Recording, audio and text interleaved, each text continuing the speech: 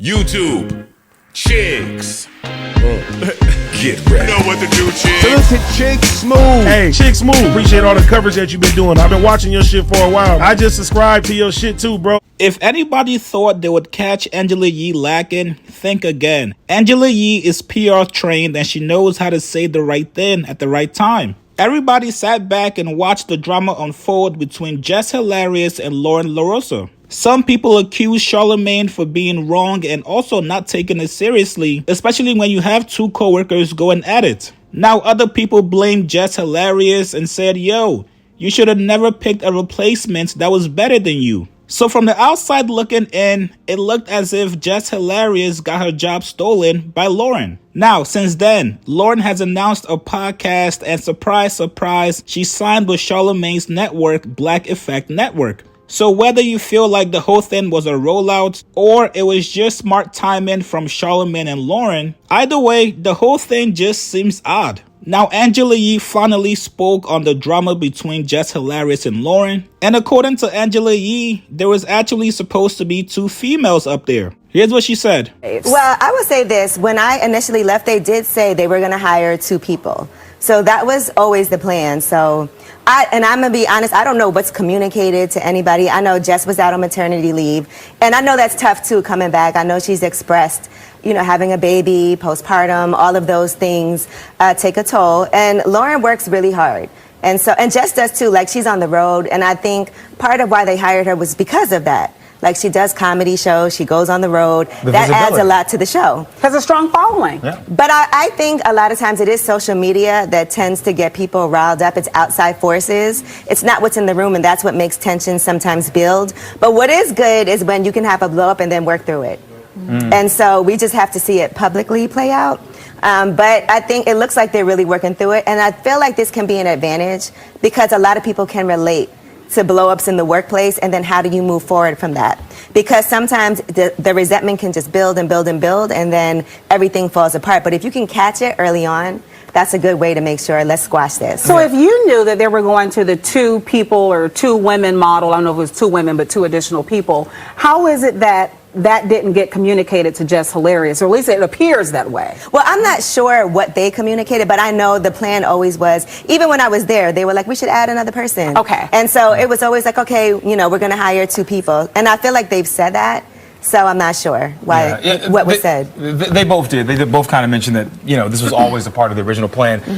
Somehow it was a shock factor. Something got lost in the sauce. There was a breaking down of communication, and then she ended up blaming Charlamagne and of course DJ Envy for not protecting her in that moment. But then she pointed back to you. Yeah. Why did she do that? She just said I'm not crazy, and you know I knew that.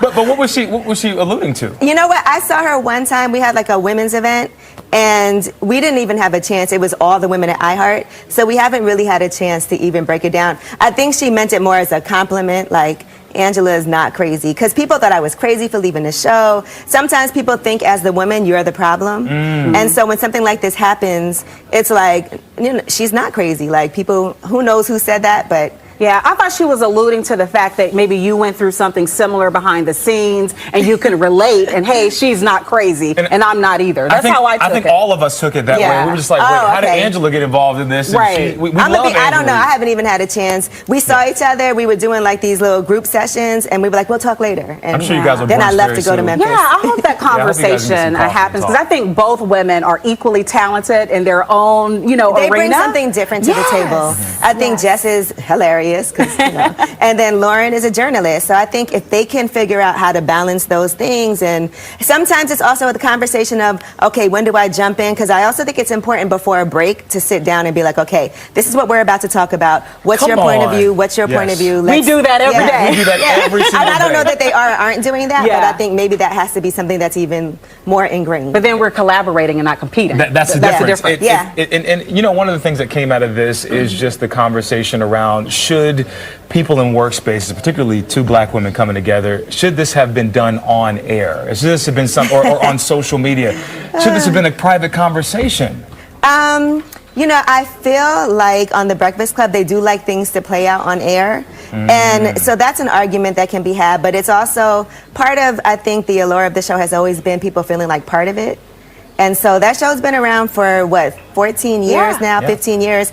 And so I think that part of what people like is they feel like we want to see the inside workings of what's happening. And breaking that fourth There's wall. nothing more inside. And then I think also Jess publicly put out her live, and so that is what is the reason why. How do you not address it at all? That's right. Because you can't just move on and people are like, what happened, what happened, what happened? Well, let's let it play out. Got it. Well, thank you for sounding honest. Much difference from what we heard from Jess Hilarious, which was, hey, I came back and Loren never left. So far, it seems like they were trying to have two women compete for the same job, especially after Jess Hilarious revealed that Charlamagne was basically trying to egg on the beef between her and Loren. Now, don't you guys worry. For anybody out there wondering, these guys are working on their relationships. Jess Hilarious and Loren recently had a meeting or sit down with Angie Martinez, the queen of radio, and I'm sure she offered up some advice to them. And you guys already know nothing says we squashed our beef than doing a TikTok together. Listen, man, you guys get in the comments below. What do you guys think about Angela Yee's very diplomatic response? Post your comments below. Subscribe to my channel, like this video. I'll see you guys later, man.